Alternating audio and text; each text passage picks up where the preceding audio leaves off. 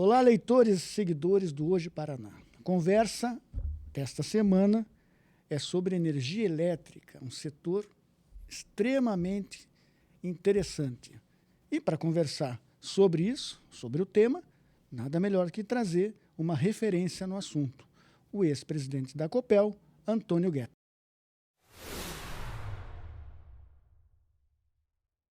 Guetter, bem-vindo. Você entrou na companhia em 1987 e fez uma bela carreira na Copel. E na sua gestão, a companhia foi eleita a melhor distribuidora de energia elétrica do Brasil. Nos conta um pouco mais da sua gestão lá na Copel. Bem, primeiro eu queria agradecer o convite, Fernando e André. É um prazer estar aqui com vocês. Já sou um ouvinte tradicional dos programas aqui. Bem, é muito importante trazer esse assunto, até porque a energia elétrica é cada dia mais fundamental para o desenvolvimento do país e para a nossa comodidade, né?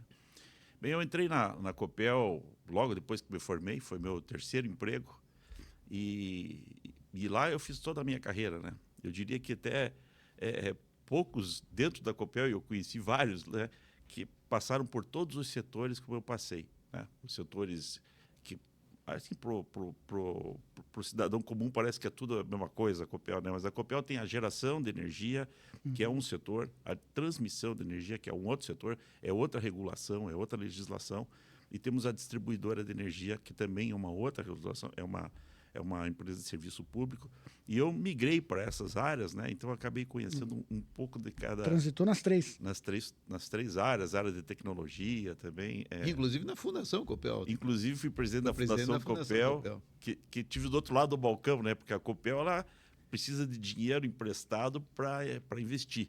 E a Fundação é uma empresa que empresta dinheiro para a própria Copel. Para a Copel não, a gente emprestava dinheiro para bancos. Não, para bancos, comprava debêntures, essas coisas assim, né? Fazendo um investimento do outro lado, né? Então a Copel, por exemplo, botava debêntures no mercado e a Fundação poderia ser uma compradora daquelas debêntures, né? E então tive essa visão dos dois lados, assim, foi uma carreira muito interessante. Só observando que o Guetter é engenheiro, né? Eu não citei, mas é. E a Copel nessa época foi escolhida como uma das melhores empresas para se trabalhar. Isso foi na nossa gestão, nós conseguimos colocar a Copel na revista da Exame e também na Great Place to Work. E sabe que é um desafio, né? Porque aquilo quem vota são os empregados, né? Então você se coloca ali a cara para bater, né? Mas eu acho que é um reconhecimento, porque a Copel sempre foi uma empresa, eu como testemunha disso, né? Toda a minha carreira, toda, né, a minha família, tudo nós desenvolvi dentro da companhia, né? Então, um amor que a gente cria pela companhia que... É copeliano. Copeliano, de sangue laranja. E a Copel sempre teve esse reconhecimento como uma grande formadora também de técnicos de grande qualidade, né? Até falava-se aqui que era Sorbonne paranaense, né? É uma das maiores Isso empresas desde a época do país, Parigô de Souza. Sim, nós tivemos ministros, né? Tivemos governadores que foram presidentes da Copel, né? Como o Gomide, por exemplo, foi ministro de Minas e Energia, né? Foi presidente da Excelsa, presidente de Itaipu. Paulo Pimentel. O Paulo Pimentel foi presidente da Copel, o Ari Queiroz, né? Foi presidente da Copel, o próprio Parigô de Souza, que é a nossa referência, que foi lá onde tudo começou, né? Então, teve grandes personalidades que passaram pela Copel e tiveram destaque nacional e colaboraram com o modelo de setor elétrico que nós temos no Brasil hoje, né? Mas, Guetter, entender o funcionamento do sistema elétrico do Brasil é um desafio. É um desafio. Né? É uma bandeira aqui. Nossa, o Paraná gera energia, vende, mas compra também. Sim. Como é que se explica? Como é que, para o nosso... né, seguidor entender um pouco melhor o sistema elétrico do Brasil? O sistema nacional, ele é muito avançado, o nacional brasileiro, mas é muito complexo, né? Porque parece simples, mas o Brasil é um continente, né? É muito difícil de gerenciar um sistema desse tamanho em termos físicos, né? É uma rede muito extensa, né? E a gente adotou ainda um sistema de de cooperativismo, ou seja, aqueles estados que não produzem energia são atendidos pelos demais. Então, nós criamos o Sistema Interligado Nacional, que é a grande rede neural de inteligência aí da rede elétrica, né? Que hoje o elétrico que você está consumindo aqui na lâmpada, você não sabe se está vindo do Paraná, de São Paulo, ou de Minas, porque ele é todo um sistema... Do Paraguai, inclusive, né? Tem compra de volta. Conexão lá, né? Tem Itaipu no negócio também. Então, é um sistema complexo, inteligente, porque ele, vamos dizer assim, é democrático, né? Mas com isso traz uma grande complexidade. Lá no começo, na virada do século, né? Ainda no governo do Fernando Henrique, foi feita a tal da desverticalização. Quer dizer, as empresas de geração não podem vender energia para a sua distribuidora. Isso para evitar que você vendesse ineficiências, por exemplo. Você é ineficiente na usina e você transfere aquela ineficiência para uma tarifa para o consumidor. Então, o que se criou? Todas as geradoras elas competem entre si. Então, no Brasil, se você tem uma usina aqui, outra tem em São Paulo, etc., num leilão da ANEEL, aquelas usinas se competem e ganha a mais barata. Uhum. Isso, teoricamente, você cria, então, um pool de energias mais baratas, que você está comprando, dá prioridade para as mais baratas. Então, a energia que a Copel Distribuição distribui não é a energia gerada pela Copel Geradora. A Copel Geradora vende para esse pool nacional e as distribuidoras acessam esse pool nacional e distribuem. Então, teoricamente, nós temos um pool o mais econômico possível. Uhum. Claro que o governo tem incentivos para alguns tipos de energia que são mais caras, mas que são, vamos dizer assim, vamos dar mais uma... tirar um pouco deixar a matriz nossa mais limpa ainda, né? Então, incentiva algumas energias renováveis, nem que seja um pouco mais cara, mas para fazer esse pool que vamos dizer, coordenado todo pela... E é tudo interligado. Todo o sistema elétrico do Brasil hoje está interligado. Todo o sistema está interligado. Até os estados que estavam, não estavam interligados há pouco tempo já estão interligados. E como é que você vê, a gente às vezes está vendo TV aí, agora tem propaganda de empresa vendendo energia. Sabe? Como é que você vê essa entrada dessas empresas? É que a gente está tão habituado com a Copel, a nossa geração é da Copel, a gente recebe a nossa luz, a nossa energia elétrica da Copel e acha estranho. Agora vira uma empresa e diz, não, compre da gente que é melhor. Livre, né? Compre no Mercado Livre. O Mercado Livre é uma tendência, né? Isso talvez seja uma das grandes mudanças que nós vamos viver nos próximos anos, que o setor elétrico era muito fechado, né? Para poucas empresas que dominavam e o consumidor é cativo. Isso até é o nome que se usa hoje, é consumidor cativo, quando ele não está no Mercado Livre. Porque você não tem opção. Você está no Paraná, tem que comprar da Copel, está em São Paulo, tem que comprar lá da Eletropaulo, etc., né? Sim. E o Mercado Livre ele tem um cronograma. Hoje só os grandes clientes que podem acessar o Mercado Livre, mas ele tem um cronograma que vai chegar o momento em que todos vão poder acessar o Mercado Livre. Daí a distribuidora passa a ser só uma gestora do fio. Ela mantém o poste funcionando, o transformador funcionando. Esse é o papel dela. E as comercializadoras é que vão fazer a venda de energia, né? Então, você pode optar por uma comercializadora ou outra, mais ou menos como o telefone, né? Mas eu queria perguntar, grosso modo, como a telefonia. A gente vai escolher, sim, você escolhe de quem vai comprar energia. Teoricamente, assim, na Europa, por exemplo, lá, né, você liga, assim, eu tenho um apartamento que eu quero ligar energia. Para quem você liga? Para uma comercializadora. A comercializadora liga para a Copel de lá, né? E fala assim, ligue lá o fio. Né? Porque eles são responsáveis pelos fios. A gente chama de fio, né? Eles vão cuidar do fio. E a comercializadora fica a parte comercial, né? A parte de definição de preços. Então, tem muito para evoluir aí no nosso sistema ainda. Calma que não é agora, né? Tem um plano para isso. Então, para abastecer o sistema, Getter, além das hidráulicas, nós temos hoje as fotovoltaicas, nós temos as usinas movidas a gás. Sim. Né? Nós temos as eólicas. Sim. E todos esses geradores de energia, eles entram no sistema nacional também, né? É um desafio hoje, porque o nosso sistema... E o que a gente ouve é que é um desafio e um problema ao mesmo tempo. É um problema que nós vamos ter que solucionar, né? Mas onde é que surgiu o problema? É que todo o nosso sistema interligado ele foi projetado por um sistema que era hidráulico. O hidráulico, que é o grande potencial dos rios no Brasil. Aí, né? Então, como é que é o hidráulico? É uma turbina que você liga conforme o reservatório está enchendo. Então, é muito previsível a usina hidráulica. Você sabe quando é que ela vai entrar, quando é que você tem que racionar.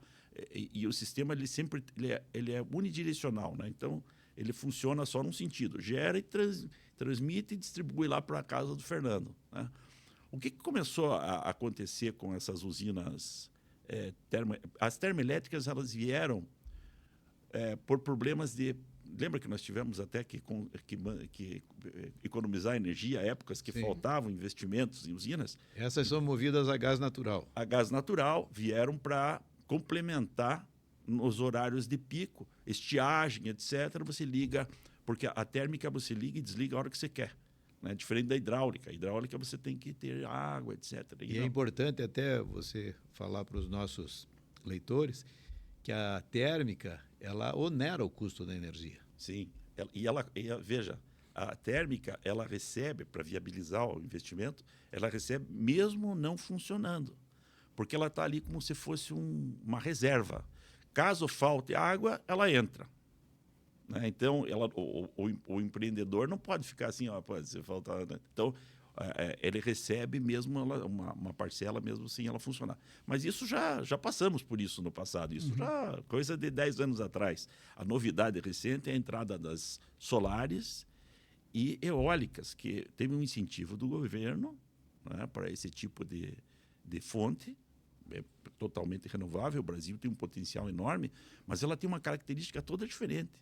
Ela não é como a hidráulica, né? Ela funciona quando tem sol, quando não tem sol para, e ela começa agora e desliga no momento seguinte. Uma precisa de sol, outra precisa de vento. Isso. E assim, às vezes venta, às vezes não venta. Não é previsível como uma hidráulica. Então, certos momentos, tem tanta injeção de energia das eólicas e solares que o sistema é obrigado a desligá-las porque o sistema fica sobrecarregado. Então, um efeito chamado curtailment, que eles chamam, né? Que é um efeito que você tem que restringir a disponibilidade de energia para não sobrecarregar o sistema. Então, eu tive recentemente lá no estado do Piauí. O Piauí produz 5 vezes mais energia do que consome. É um grande produtor de energia. Só que essa energia vai pro mercado nacional. Né? Não é a mesma energia, não é a mesma, vamos dizer assim, a quantidade de energia que eles recebem, nem a qualidade que eles recebem, que são setores diferentes. Né? Então, essa energia que eles injetam, todos os estados do Nordeste, Rio Grande do Norte, que nós temos várias usinas eólicas lá, etc., né? Bahia, elas injetam, então, tivemos um recorde esse ano de reduzir em 30% essa produção de energia e o empreendedor fica sem receber. Então, agora estão negociando com o BNDES uma dilatação das prestações que tem. Então esses empreendedores que tomaram empréstimos para as eólicas... Sim, estão tendo prejuízos, né? Eles, na hora que cessa, eles não recebem nada. Não recebem. Porque houve esse... A gente costuma ver nas redes sociais, né? Às vezes algumas propagandas dessas empresas que vendem as placas fotovoltaicas. Sim. Né? Coloque a placa fotovoltaica que com aquele dinheiro do excedente que você vai produzir, colocando na rede, você vai ter uma bonificação. Mas vamos pensar aí em fotovoltaica de 2 tipos de negócio. Tem a fotovoltaica que nós colocamos no nosso telhado, que a gente chama de geração distribuída, mas tem as fazendas solares que são de leilão da ANEEL. A ANEEL faz um leilão e aquilo os caras fazem uma fazenda solar para injetar no sistema. Esse nosso, que nós fazemos no telhado, nós injetamos na distribuidora, que não é a mesma coisa, mas causa um problema também, porque a distribuidora ela é uma empresa que foi feita para só levar, em termos de energia para a tua casa, só unifilar aí, né? É um fio que vai só para a tua casa e não recebe. É o único sentido. Agora você injeta a energia na rede, ela não estava preparada, tem que preparar toda a rede. Isso sobrecarrega transformadores, então exige também mais investimento das distribuidoras, né? Para melhorar o sistema de distribuição do Estado. do país inteiro. No que diz respeito ao sistema elétrico nacional como um todo, e a gente estava falando aqui das eólicas, das solares, qual é o papel deles já na geração de energia no Brasil? Ele já tem uma proporção semelhante às hidrelétricas? Sim, já não é semelhante, mas ela já é muito significativa. Acho que deve estar em torno de 15%, 20% já. Já é gerada por essas... Teve muito incentivo. Teve um crescimento enorme. E eu diria assim, o incentivo foi feito para, vamos dizer, melhorar a nossa matriz, que já é excelente. Hoje, a nossa matriz elétrica é 85% renovável, enquanto o mundo está querendo chegar nos 30%. Né? A nossa é 85%, é um exemplo para o mundo, mas mesmo assim nós tivemos muito incentivo para as solares e eólicas, e agora o desafio é o operador nacional do sistema, porque o nosso sistema, aquilo que eu falei, aquele pool que é criado, ele é operado por um agente. Então, não é o dono da usina que liga ela e desliga. O dono da usina ele tem que manter ela funcionando. Para quem vai operar essa usina é o operador nacional do sistema. Ele que liga a usina A, a usina B, independente se ela é da Copel, se ela é do privado. De acordo com a necessidade. Para otimizar o sistema nacional. Então, existe esse agente, que é o chamado operador nacional do sistema, que é um agente neutro, que todas as empresas fazem parte, puramente técnico, que ele faz a gestão dessas energias. Né? Então, quando entra essas solares, etc., é o próprio operador nacional, pro bem do sistema inteiro, né? Ele retira algumas usinas para... Guedes, do jeito que você está falando, dá a impressão que nós temos energia de sobra no Brasil. E aí, para o nosso leitor, que é aquele que vai todo mês pagar a conta da Copel. Certo. Por que oscila o valor? Por que uma hora nós temos uma bandeira, outra hora nós temos outra? Por que o valor da nossa conta uma hora é X, outra hora cai, outra hora sobe?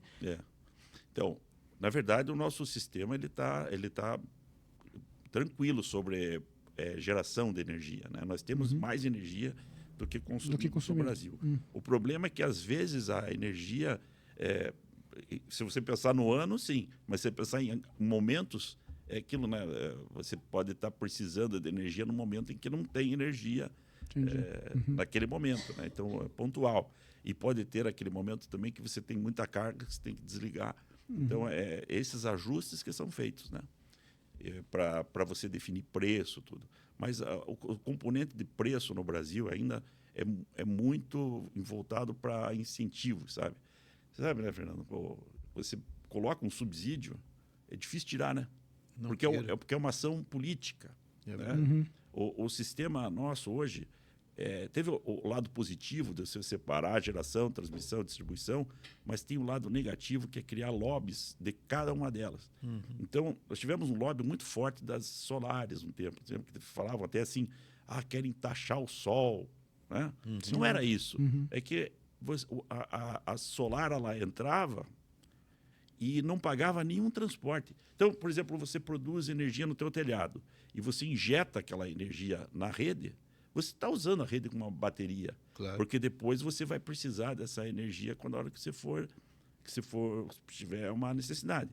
Esse uso, que é o transporte, que é o armazenamento, etc., não era pago.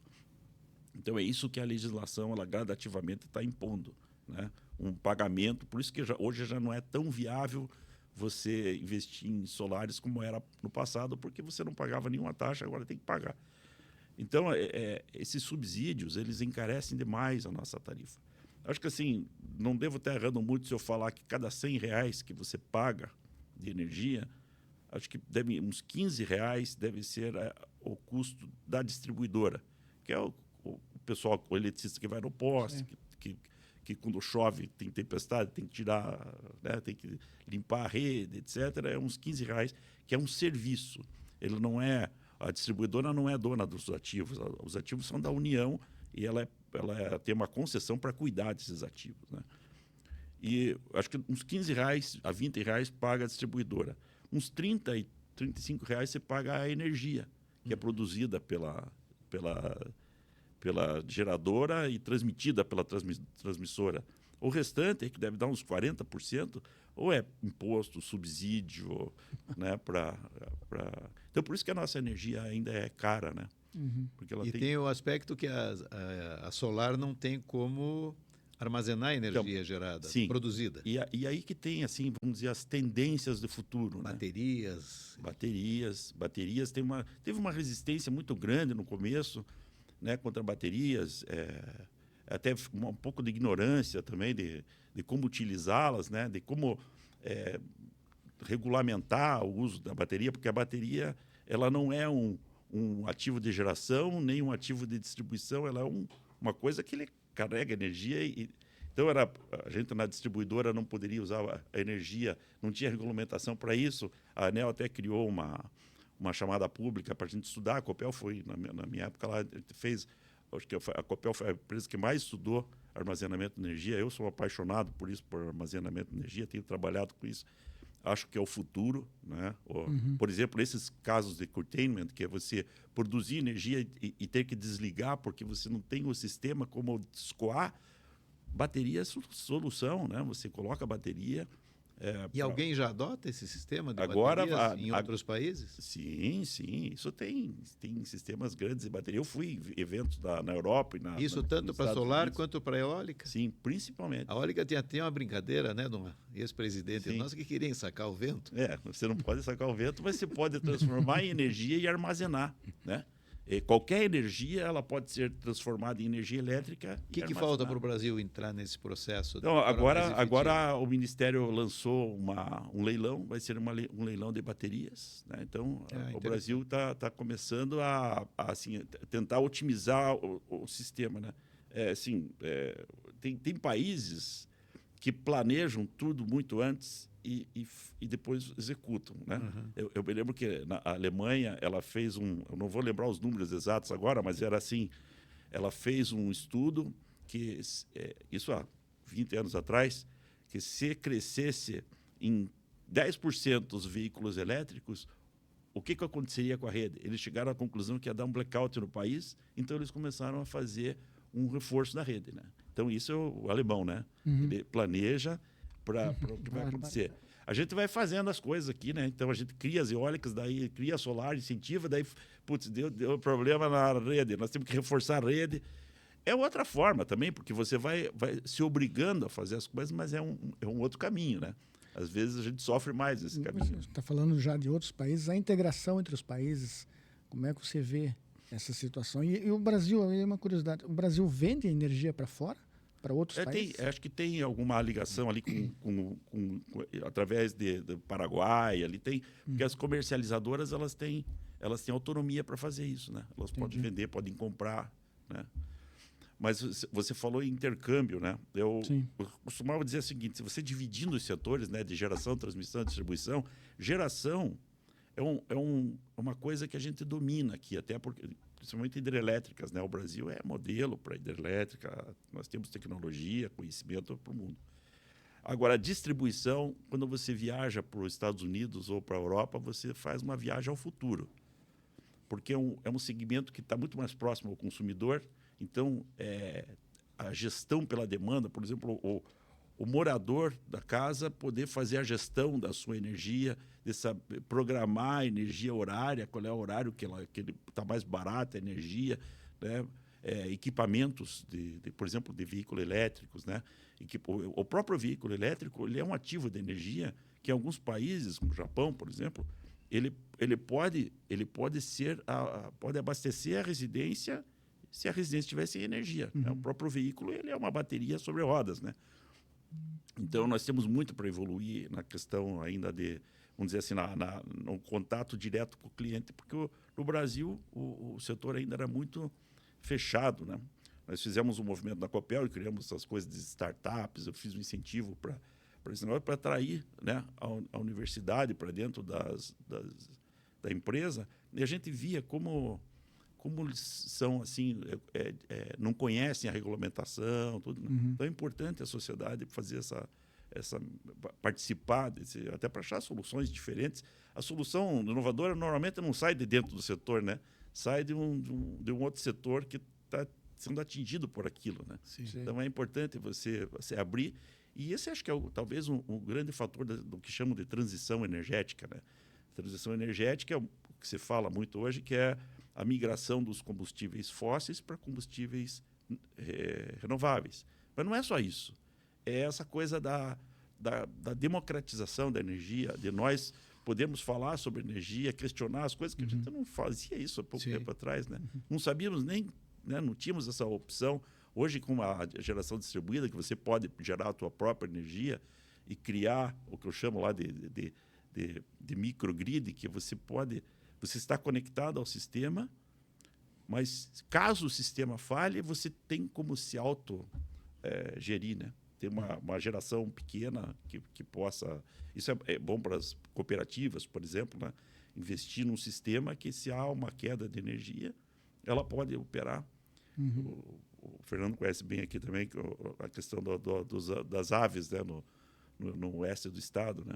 Elas são muito frágeis para... Muito. Né? Quando você falha a energia ou falta água... As aves, a suinocultura também. E né? também... É prejuízo, né? É prejuízo. Na verdade, quando falta energia, é ruim para todos. Porque você veja, a suinocultura, igual a avicultura, são impactadas assim, de uma forma muito forte.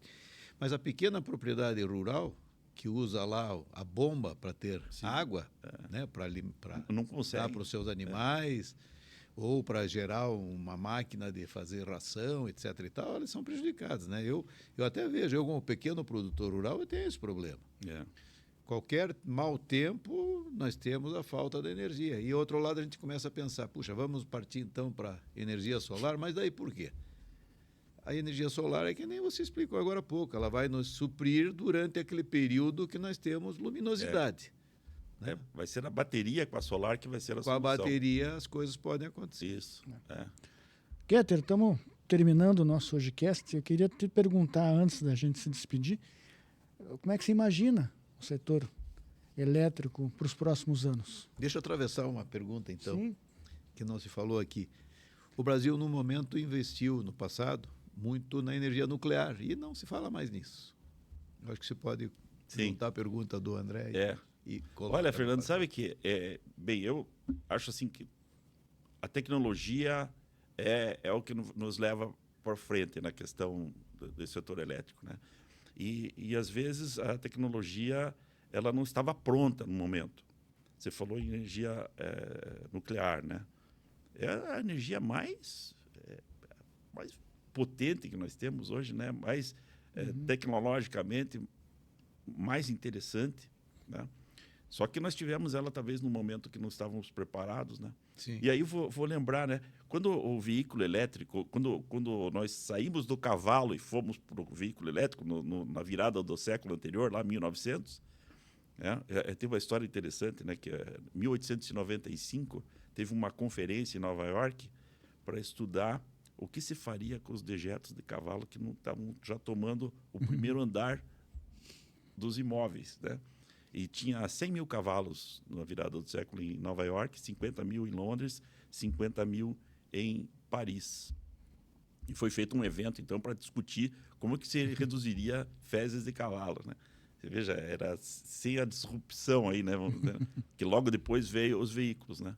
E o primeiro veículo que veio, que foi também na virada do século, foi o Ford ali que apareceu, era elétrico. O primeiro veículo que surgiu era elétrico. E não vingou por quê? Porque era muito grande a bateria e não tinha muita duração, né? Então não conseguia justificar economicamente aquilo.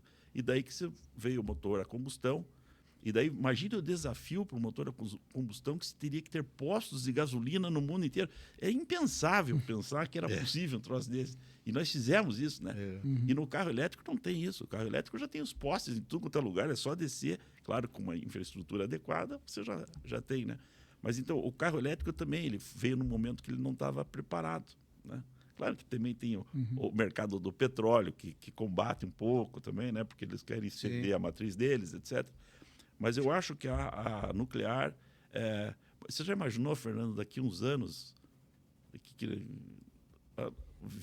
viram inovações tecnológicas que propiciem uma energia mais barata, mais democrática, e a gente volta a ter 7 quedas, por exemplo?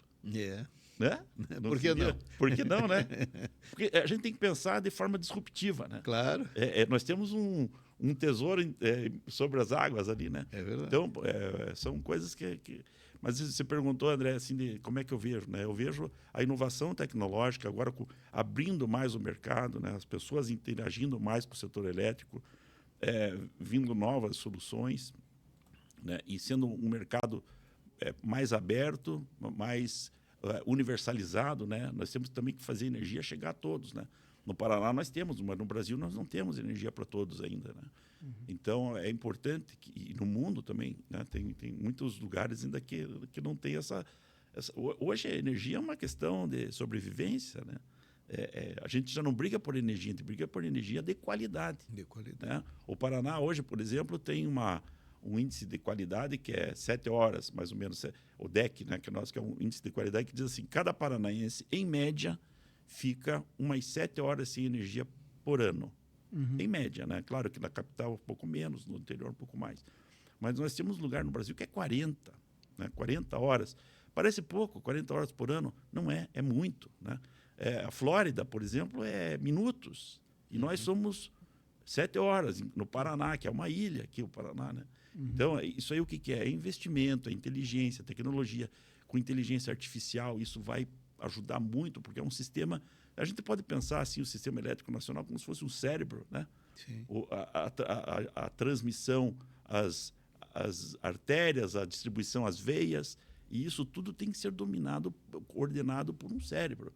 A inteligência artificial acho que pode trazer muito disso aí. Eu acho que um sistema mais autônomo, né? Uhum. Que se defenda também de cyber-ataques, né? Que quando você digitaliza muito, você está sujeito a alguns cyber-ataques, aí como já tivemos alguns no mundo, ou até de falhas do sistema, que houve aqui na subestação de Bateias essa semana, né? Essa semana. Um problema ali para o Brasil inteiro, né? Ainda bem que foi de madrugada, mas afetou 10 estados. Mas afetou muita gente. Grande. Então, tem que ter uma defesa esse sistema. Pensa sempre como se fosse um cérebro e os seus sistemas vasculares, né?